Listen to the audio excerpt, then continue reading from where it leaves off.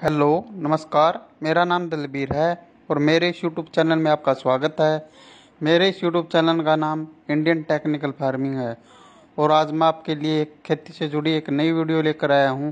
इस वीडियो में आज मैं आपको बताता हूं कि देसी कपास की वैज्ञानिक खेती कब और कैसे करें और कौन कौन सी सावधानी रखें।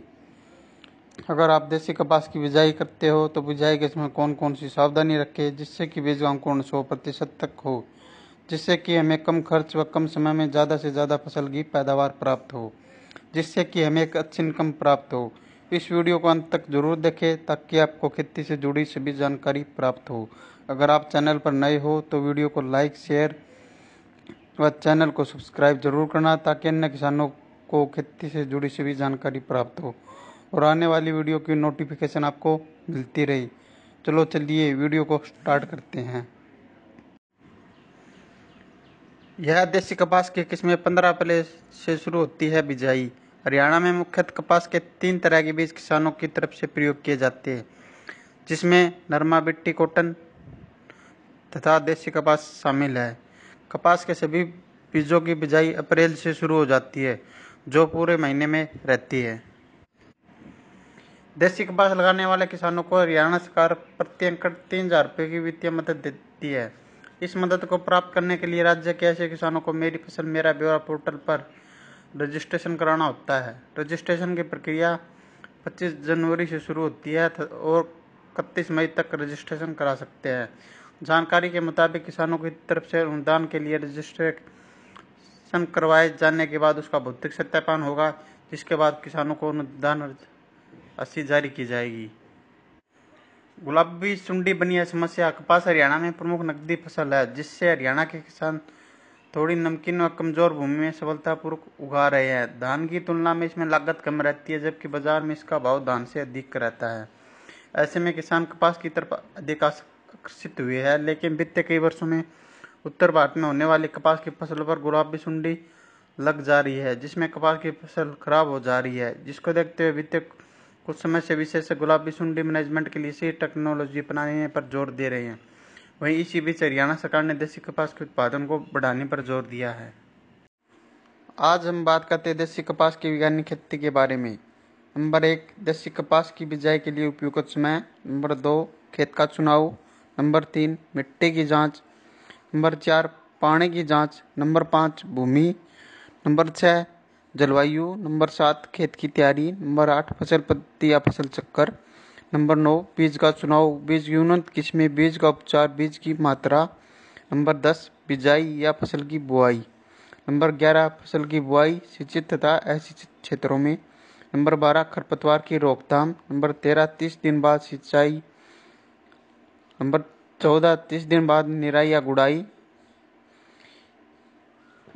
नंबर 16, 60 दिन बाद सिंचाई या फिर वर्षा। नंबर 15, जल का प्रबंधन। नंबर 16, कीट व रोग का प्रबंधन। नंबर 17, स्प्रे इमिडाक्लोप्रिड, मोनो असाटाप, फंगस के लिए कॉपर ऑक्सीक्लोराइड इत्यादि। वह फल फूलों के बढ़वार के लिए टॉनिक का प्रयोग। नंबर 1, प्लानोफिक्स। नंबर 2, कल्टार। नंबर 17, फसल में खाद का उपयोग, फिर चुनाई, फिर भंडारण। यह मुख्य स्टेप है जो देसी कपास की फसल में उपयोग किए जाते हैं। अब हम बात करते हैं देसी कपास की पूरी वैज्ञानिक खेती के बारे में। नंबर 1, उपयुक्त समय। देसी कपास की बिजाई का उपयुक्त समय अप्रैल व मई महीना होता है। बाजार में कपास की बहुत सी वैरायटियाँ उपलब्ध होती है। अप्रैल महीने के बिजाई के लिए हम अगेती वैरायटी व 15 मई के बाद हम देसी कपास के लिए 75 वैरायटी का ही चुनाव करते हैं। नंबर 2, खेत का चुनाव। इसके बाद हम देसी कपास की बिजाई के लिए हम खेत का चुनाव करते हैं। अगर पहले उस खेत में सरसों की बिजाई की थी तो सरसों के फन्नों को रोटावेटर की सहायता से 1-2 बार अच्छी तरह से जुताई कर दे ताकि सरसों के फन्ने अच्छी तरह से मिट्टी में मिल जाए। फिर आप हैरो की सहायता से 1-2 बार अच्छी तरह जुताई कर दे। फिर आप लेजर लेवलर की सहायता से खेत को समतल कर दे ताकि खेत की सिंचाई अच्छी तरीके से हो जाए। अब हम बात करते हैं देसी कपास की खेती के लिए मिट्टी की जांच। सबसे पहले अपने खेत की मिट्टी की जांच करवा ले, जिससे हमें यह पता चल जाता है कि मिट्टी में किन किन पोषक तत्वों की कमी है और खेत की मिट्टी किन किन फसलों के लिए उपयुक्त है और इस मिट्टी में कौन कौन सी फसलें उगाई जा सकती है, जैसे गेहूँ, चना, अरहर, सरसों, राया, बरसीन, गन्ना, आलू, मक्का, बाजरा, कपास इत्यादि। मिट्टी की जांच से हमें यह पता चल जाता है कि इसका पीएच मान कितना है। देसी कपास की बिजाई फास्फोरस व पोटाश बिजाई के समय पोरे। अगर फास्फोरस बिजाई पर नहीं डाली गई है तो बोक्की पर पोरे। बोक्की का मतलब फूल आने पर पोरे। आदि नाइट्रोजन बोक्की के समय 45 से 60 दिन व शेष नाइट्रोजन फूल निकलते समय कतारों में दोनों ओर डाली। अगर गेहूं के बाद कपास ले रहे हैं तो बोक्की के समय डाली जाने वाली नाइट्रोजन बिजाई पर पोरी। अब हम बात करते हैं पानी की जांच की। अगर आप फसल की बिजाई के लिए नहरी पानी का इस्तेमाल करते हैं तो यह सभी प्रकार की फसलों के लिए बहुत अच्छा है और इसमें बीज का अंकुरण 100% तक हो जाता है। अगर आप वर्षा के बाद फसल की बिजाई करते हैं तो बीच में बीज का अंकुरण 100% तक हो जाता है। अगर आप बिजाई के समय ट्यूबवेल के पानी का इस्तेमाल करते हैं तो आप इस ट्यूबवेल के पानी की जांच करवा लें। अगर ट्यूबवेल का पानी पीने में भी मीठा है तो इसका पानी का पीपीएम ज़्यादा हो सकता है और बीज के अंकुरण के समय यह एक समस्या बन जाता है। अगर पानी का पीपीएम 1000 से कम है और इसमें सभी प्रकार की फसलों के लिए अच्छा है और इसमें बीज का अंकुरण 100% तक हो जाता है। अगर पानी का पीपीएम 1000 से ज़्यादा है तो इसमें बीज का अंकुरण सही तरीके से नहीं हो पाता, इससे हमारा नुकसान हो जाता है। इसलिए पानी की जांच करवाना भी बहुत ज़रूरी है। कपास की खेती के लिए भूमि का चुनाव। कपास की खेती के लिए अच्छी जल धारण और जल निकास क्षमता वाली भूमि होनी चाहिए। जिन क्षेत्रों में वर्षा कम होती है वहाँ इसकी खेती अधिक जल धारण वाली क्षमता वाली मटियार भूमि में की जाती है। जहाँ सिंचाई की सुविधाएं उपलब्ध हो वहाँ बलुई व बलुई दोमट मिट्टी में इसकी खेती की जा सकती है। यह हल्की अम्लीय एवं क्षारीय भूमि में उगाई जा सकती है। इसके लिए उपयुक्त पीएच मान 5.5 से 6.5 है। हालांकि इसकी खेती 8.5 पीएच मान तक वाली भूमि में अच्छी तरह से की जा सकती है। कपास की खेती के लिए मौसम व जलवायु। यदि पर्याप्त सिंचाई सुविधा उपलब्ध हो तो कपास की फसल को मई माह में ही लगाया जा सकता है। सिंचाई की पर्याप्त उपलब्धता न होने पर मानसून की उपयुक्त वर्षा होते ही कपास की फसल उगा सकते हैं। कपास की उत्तम फसल के लिए आदर्श जलवायु का होना आवश्यक है। फसल के उगने के लिए कम से कम 16 डिग्री सेंटीग्रेड और अंकुरण के लिए आदर्श तापमान 32 से 34 डिग्री सेंटीग्रेड होना उचित है। इसके बढ़वार के लिए 21 से 27 डिग्री तापमान होना चाहिए। फल लगते समय दिन का तापमान 25 से 30 डिग्री सेंटीग्रेड और रातें ठंडी होनी चाहिए। कपास के लिए कम से कम 50 डिग्री सेंटीमीटर वर्षा का होना आवश्यक है। 125 सेंटीमीटर से अधिक वर्षा का होना कपास के लिए हानिकारक होता है। कपास की उन्नत खेती के लिए खेत की तैयारी। उत्तरी भारत में कपास की खेती मुख्यतः सिंचाई आधारित होती है। इन क्षेत्रों में खेत की तैयारी के लिए 1 सिंचाई कर 1 से 2 गहरी जुताई करनी चाहिए। इसके बाद 3 से 4 हल्की जुताई कर पट्टा लगाकर बुआई करनी चाहिए। कपास का खेत तैयार करते समय इस बात का ध्यान रखना चाहिए कि खेत पूर्णतः समतल हो ताकि मिट्टी की जल धारण व जल निकास क्षमता दोनों अच्छी हो। यदि खेतों में खरपतवार की ज्यादा समस्या न हो तो बिना जुताई या न्यूनतम जुताई से भी कपास की खेती की जा सकती है। दक्षिणी व मध्य भारत में कपास वर्षा आधारित काली भूमि में उगाई जाती है। इन क्षेत्रों में खेत तैयार करने के लिए गहरी जुताई मिट्टी पलटने वाले हल से रबी फसल की कटाई के बाद करनी चाहिए, जिसमें खरपतवार नष्ट हो जाते हैं और वर्षा जल का संचय अधिक होता है। इसके बाद 3 से 4 बार हैरो चलाना काफी होता है। बुआई से पहले खेत में पट्टा लगाते हैं ताकि खेत समतल हो जाए, या फिर आप लेजर लेवलर की सहायता से खेत को समतल कर सकते हो।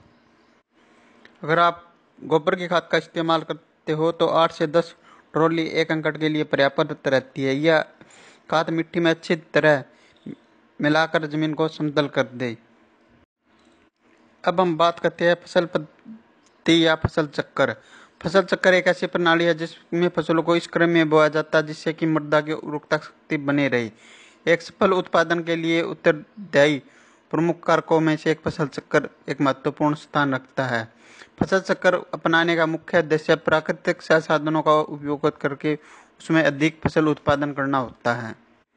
किसी भी खेत में फसल को अदल बदल कर बोना, हेरफेर कर बोना फसल चक्कर कहलाता है। ऐसा करने से मृदा की उर्वरकता शक्ति बनी रहती है और पैदावार भी बहुत अच्छी होती है। किसी भी खेत में एक निश्चित समय में उसकी मृदा की उर्वरता शक्ति को बनाए रखने जाने वाली फसलों के क्रम को फसल चक्र कहते हैं। किस क्षेत्र की भूमि, जलवायु, अन्य वातावरणीय कारकों के आधार पर विभिन्न फसल चक्र अपनाए जाते हैं। एक अच्छे फसल चक्र को अपनाकर एक किसान अपनी भूमि में अधिक से अधिक लाभ कमा सकता है। फसल चक्रों की संख्या 3 होती है। 1 वर्षीय फसल चक्र जैसे मक्का के बाद गेहूं, 2 वर्षीय फसल चक्र ज्वार, बरसीन, धान, मक्का। इसके अतिरिक्त फसलों के चक्रों के आधार पर फसल चक्र को वर्गीकृत किया गया है। रबी की फसल में अपनाए जाने वाले फसल चक्र, खरीफ की फसलों में अपनाए जाने वाले फसल चक्र और जायद की फसलों में अपनाए जाने वाले फसल चक्र। फसल चक्र के सिद्धांत: उथले जड़ वाली फसलों के बाद गहरी जड़ वाली फसलों को उगाना चाहिए। अधिक खाद की आवश्यकता वाली फसलों के बाद कम खाद की आवश्यकता वाली फसलों को उगाना चाहिए। अधिक जल की आवश्यकता वाली फसलों के बाद कम जल की आवश्यकता वाली फसलों को उगाना चाहिए। फलीदार फसलों के बाद अफलीदार फसलों को उगाना चाहिए। कृषि संसाधनों का प्रयोग समतापूर्ण ढंग से करना चाहिए। भूमि कटाव से प्रभावित क्षेत्रों में फसल चक्र में आच्छादित फसलों का समावेश होना चाहिए। फसल चक्र के लाभ: किसी खेत के प्रति इकाई क्षेत्रफल में से एक निश्चित समय में होने वाले उत्पादन में वृद्धि होती है। विभिन्न फसलों का कार्यकाल निश्चित हो जाने से उनके आवश्यक बीज का तथा खरपतवारनाशी आदि का उचित समय के अनुसार प्रयोग किया जा सकता है। फसल चक्र में गहरी कम उथली वाली जड़ों के सम्मिलित होने के कारण भूमि के ऊपर की सतह तथा नीचे की सतह से पोषक तत्वों का फसल चक्र द्वारा उचित व तेजी से अवशोषण होता है। एक फसल चक्र को अपनाने से मृदा संरक्षण में कमी आती है, क्योंकि फसल चक्र में आच्छादन फसलों को सम्मिलित किया जाता है। कृषकों को वर्ष भर कार्य करने का अवसर मिलता है। फसल चक्र के लाभ: मृदा की उर्वरता शक्ति में वृद्धि होती है। मृदा के भौतिक, रासायनिक तथा जैविक गुणों में सुधार होता है। सघन फसल चक्रों को अपनाने से भूमि में जीवांश पदार्थ की मात्रा में वृद्धि होती है। उचित फसल चक्र को अपनाने से भूमि में पनपने वाले विभिन्न बीमारियों के प्रभाव में कमी आती है। फसल चक्र अपनाने से कीटों तथा खरपतवारों पर भी नियंत्रण होता है। अब हम बात करते हैं देशी कपास के लिए बीज का चुनाव, बीज की किस्म या वैरायटी या बीज का उपचार, बीज की मात्रा। हमें अपने खेत में फसल की बिजाई करते समय ऐसे बीज का चुनाव करते हैं जो कि अपने क्षेत्र और एरिया के हिसाब से ठीक हो। बीज का चुनाव में मिट्टी, समय व पानी के अनुसार ही करना होता है, क्योंकि दोमट मिट्टी के लिए अलग, रेतीली जमीन के लिए अलग अलग व समय के अनुसार अलग अलग वैरायटी मार्केट में उपलब्ध होती है। बीज की वैरायटी: हम एक ऐसी वैरायटी का चुनाव करते हैं जो हमारे क्षेत्र व जमीन व पानी के हिसाब से ज़्यादा उत्पादन देती हो। हमें एक ऐसी कंपनी के बीज का चुनाव करना होता है जो कंपनी सरकार के द्वारा रजिस्टर्ड हो, जैसे राशि, यूएसए, शक्तिवर्धक। बीज खरीदते समय हमें बीज का पक्का बिल अवश्य लेना चाहिए, जिससे कि बीज के डुप्लीकेट होने के चांस कम होते हैं और एक अच्छा ओरिजिनल बीज हमें एक अच्छा उत्पादन देता है। अब हम बात करते हैं बीज के उपचार की। हम बीमारी की रोकथाम के लिए हम बीज का उपचार करते हैं, जिसे हम FIR भी कहते हैं, जिसे हम फंगीसाइड, इंसेक्टिसाइड और राइजोबियम कल्चर भी कहते हैं। सबसे पहले हम बीज को फंगीसाइड की दवाइयों से उपचार करते हैं, फिर हम उसको इंसेक्टिसाइड की दवाइयों से उपचार करते हैं। इंसेक्टिसाइड दवाइयों के उपचार का मतलब उसे इंसेक्ट की बीमारियों से रोकथाम के लिए किया जाता है। फिर हम राइजोबियम कल्चर से उपचार करते हैं, जो कि पैदावार बढ़ाने में वृद्धि मदद करता है। अब हम बात करते हैं बीज की मात्रा। हम देशी कपास की बिजाई के लिए 1 एकड़ में 2 पैकेट की बिजाई करते हैं। वो संकर किस्मों की वैरायटियों में हम ये 2 पैकेट की बिजाई करते हैं। अगर हम देशी कपास की देशी वैरायटी का उपयोग करते हैं तो हम 1 एकड़ में लगभग 2 से 3 किलो बीज की बिजाई करते हैं। लगभग सभी संकर किस्मों का ही उपयोग करते हैं, क्योंकि संकर किस्में ज़्यादा उत्पादन देती है, जैसे KR 64। देशी कपास की उन्नत किस्में: देशी कपास की उन्नत किस्में हैं HD 107, HD 123, HD 324, HD 432 व संकर किस्में AAH1, AAH 32 व KR 64। यह देशी कपास की RG8। इस देशी कपास की किस्म के पौधों की पत्तियां संकरी, गहरी कटी हुई होती है। फूल हल्के पीले रंग के, जिनकी पंखुड़ियों के अंदर लाल धब्बे पाए जाते हैं। टिंडों का आकार अंडाकार होता है। यह किस्म अन्य प्रमाणित किस्मों की अपेक्षा जल्दी पकती है। इसकी ओटाई प्रतिशत भी अधिक होती है। बिजाई या फसल की बुआई। बिजाई: अगर आप मशीन की सहायता से खाद की बिजाई वह बीज की बुआई एक साथ कर सकते हैं। हमें बीज की बिजाई सुबह या शाम के समय ही करनी चाहिए। बिजाई के समय हमें लाइन से लाइन की दूरी 3 फुट व बीज से बीज की दूरी 1 फुट व बीज की गहराई 8 से 10 सेंटीमीटर रखनी चाहिए। बिजाई के समय बीज गिल्ली मिट्टी में ही डलना चाहिए व इसके ऊपर 5 से 6 सेंटीमीटर जमीन की परत चढ़ जानी चाहिए ताकि बीज का जर्मिनेशन अच्छी तरीके से हो सके और बीज का अंकुरण सही तरीके से हो सके। फसल की बुआई सिंचित तथा असिंचित क्षेत्रों में। फसल की बुआई सिंचित क्षेत्रों में नहरी पानी से की जा सकती है व असिंचित क्षेत्रों में वर्षा के आधार पर इसकी बिजाई की जा सकती है। खरपतवार की रोकथाम। खरपतवार की रोकथाम के लिए हमें बिजाई के तुरंत बाद पेंडामेलिथियान 30% EC का ही छिड़काव करना चाहिए। 500 मिलीमीटर दवाई को 250 लीटर पानी में उसका घोल बनाकर उसके ऊपर 1 एकड़ में उसका छिड़काव करना चाहिए। इससे खरपतवारों का जर्मिनेशन नहीं होगा। अब बात करते हैं कपास की खेती के लिए निराई गुड़ाई एवं सिंचाई। पहली निराई गुड़ाई अंकुरण के 20 से 25 दिन के बाद करनी चाहिए। यदि फसल में सिंचाई की जरूरत पड़े तो हल्की सिंचाई करनी चाहिए। इससे कीट व रोग असर कम रहता है एवं अच्छी पैदावार होती है। वहीं अगर बारिश ज़्यादा हो जाए तो हमें सिंचाई की आवश्यकता कम पड़ती है। जल प्रबंधन। कपास की खेती में जल का प्रबंधन भी होना बहुत जरूरी है, क्योंकि अगर ज़्यादा बारिश हो जाए तो हमें जल निकास का प्रबंधन करना चाहिए। ये आप पंप की सहायता से कर सकते हो।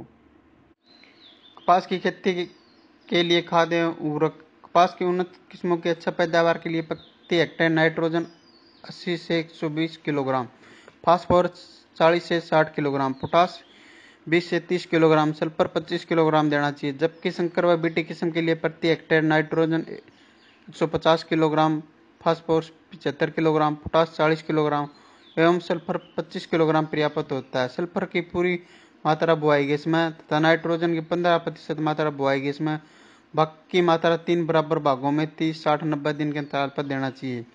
वही फास्फोरस व पोटास की आधी मात्रा बुआई के समय तथा आधी मात्रा 60 दिन के बाद देना चाहिए। वहीं अच्छी पैदावार के लिए अब हम बात करते हैं कपास की फसल में लगने वाले प्रमुख कीट। गुलाबी सुंडी। कपास की फसल के लिए अगर कोई सबसे बड़ा दुश्मन कीट है तो वह है गुलाबी सुंडी, जो अपना पूरा जीवन उसके पौधे पर बिताती है। यह कपास के छोटे पौधे, कली व फूल को नुकसान पहुंचाकर पूरी फसल को नष्ट कर देती है। इसका प्रकोप हर साल होता है। प्रबंधन। इसके नियंत्रण के लिए कोरोमंडल के कीटनाशक फेंडाल 50% EC का छिड़काव करो। फेंडाल एक बहुआयामी कीटनाशक है। यह कीड़े पर लंबे समय तक नियंत्रण रखता है। इसके अलावा इसमें तेज तीखी गंध होती है जो वयस्क कीट को अंडा देने से रोकती है। सफेद मक्खी। यह कीट देखने में पीले रंग का होता है, लेकिन इसका शरीर सफेद मोम जैसे पाउडर से ढका होता है। यह पौधे की पत्तियों पर एक चिपचिपा तरल पदार्थ छोड़ता है एवं पत्तियों का रस चूसता है। प्रबंधन। सफेद मक्खी कीट प्रबंधन के लिए कोरोमंडल का फिनियो कीटनाशक का प्रयोग करें। फिनियो में 2 अनोखी कीटनाशकों की जोड़ी है जो 2 विभिन्न कार्यशैलियों से काम कर सकते हैं। इसके अलावा यह पाइटोरानिक प्रभाव से युक्त है, जिसमें कीड़ों का तुरंत और लंबे समय तक समाप्त करने की क्षमता होती है। यह सफेद मक्खी के सभी चरणों जैसे अंडा, निप, वयस्क को एक बार में समाधान उपलब्ध कराता है। इसकी प्रति एकड़ 400 से 500 मिलीमीटर की मात्रा की जरूरत पड़ती है। अब हम बात करते हैं माहू या फिट कीट की। यह बेहद कोमल कीट होता है जो दिखने में मटमैले रोग का होता है। माहू कीट कपास की पत्तियों को खुरचकर उसका रस चूस लेता है। इसके बाद पत्तियों पर एक चिपचिपा पदार्थ छोड़ता है। प्रबंधन। इसकी कीट की रोकथाम के लिए कोरोमंडल के फिनियो कीटनाशक का छिड़काव करें। अगर आप दूसरे कीटनाशक का छिड़काव कर सकते हो तो आप डॉक्टर की सहायता के अनुसार। तेला कीट। काले रंग का यह कीट पौधों की पत्तियों को खुरचकर उसका रस पी जाता है। इसके लिए बाजार में बहुत सी कीटनाशक दवाइयाँ उपलब्ध है। आप तेला कीट के लिए संपर्क करें। हरा मच्छर। यह देखने में 5 भुजाएं कर और पीले रंग का होता है। इसके कीट के आगे के पंखों पर एक काला धब्बा पाया जाता है जो कपास की शिशु एवं वयस्क अवस्था में पत्तियों का रस चूसता है, जिससे पत्तियां पीली पड़कर सूखने लगती है। प्रबंध इसके कीट के प्रबंध के लिए पूरे खेत में प्रति एकड़ 10 पीले प्रपंच लगाने चाहिए। इसके अलावा 5 मिलीमीटर नीम तेल को 1 मिलीमीटर टिनोपाल या सैंडोविट को प्रति लीटर पानी के साथ घोल बनाकर छिड़काव करें। मीलीबग इस प्रजाति के कीट की मादा पंखविहीन होती है, वहीं इसका शरीर सफेद पाउडर से ढका होता है। हालांकि इस कीट के शरीर पर काले रंग के पंख होते हैं तो सुखाव, तन्ने, फूल, पूड़ी, प्रवृत्त तथा घंटों का रस चूस जाता है। इसके बाद इस मीठा चिपचिपा पदार्थ छोड़ता है।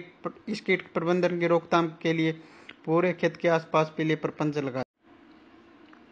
अब हम बात करते हैं कपास की फसल में लगने वाले प्रमुख रोग। नंबर 1 जीवाणु झुलसा एवं कोणीय धब्बा रोग। नंबर 2 मायरोथोसिस पत्ती धब्बा रोग। नंबर 3 अल्टरनेट या पत्ती धब्बा रोग। नंबर 4 पौध अंगमारी रोग। जीवाणु झुलसा एवं कोणीय धब्बा रोग यह रोग पौधे के वायवीय भागों को नुकसान पहुंचाता है, जहां छोटे गोल धब्बे बन जाते हैं जो बाद पीले पड़ जाते हैं। यह कपास की शापत्तियों और घंटों को भी नुकसान पहुंचाता है। इस रोग के कारण घंटा समय से पहले ही खुल जाता है, जिससे रेशा खराब हो जाता है। इसके रोकथाम के लिए अनुशंसित कीटनाशक का ही प्रयोग करें। नंबर 2 मायरोथिसियम पत्ती धब्बा रोग। इस रोग के कारण पत्तियों पर हल्के और बाद में बड़े भूरे धब्बे बन जाते हैं। इसके बाद पत्तियां टूटकर नीचे गिर जाती है। इससे 25 से 30% उत्पादन में कमी आ जाती है। रोकथाम के लिए अनुशंसित कीटनाशक का ही प्रयोग करें।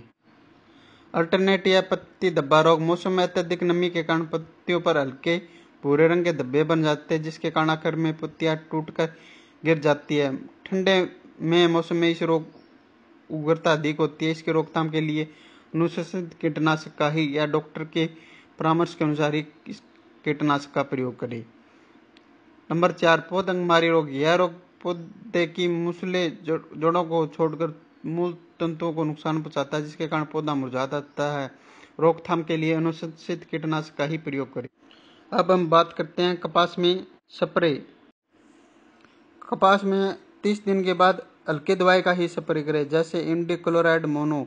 उसके बाद आप बीमारी के अनुसार भी आप स्प्रे कर सकते हो, या फिर आप टाटा आसाटा 50% इसी का छिड़काव करें। अगर आप फंगस की दवाई की बीमारी के लिए रोकथाम के लिए छिड़काव करते हैं तो आपको प्रोक्सीक्लोराइड का ही प्रयोग करें। अगर आपके खेत में फल फूलों की संख्या को बढ़ाना चाहते हो तो प्लानोफिक्स कल्टार जैसे टॉनिक का प्रयोग करें, जो खेत में फूलों की संख्या में बहुत भारी मात्रा में जबरदस्त वृद्धि करता है। जिससे फूलों की संख्या में वृद्धि होती है, वह फूलों का झड़ना बंद हो जाता है। इससे उत्पादन में भारी वृद्धि होती है। अब बात करते हैं उत्पादन की। कपास की खेती से उत्पादन। कपास की चुनाई लगभग नवंबर व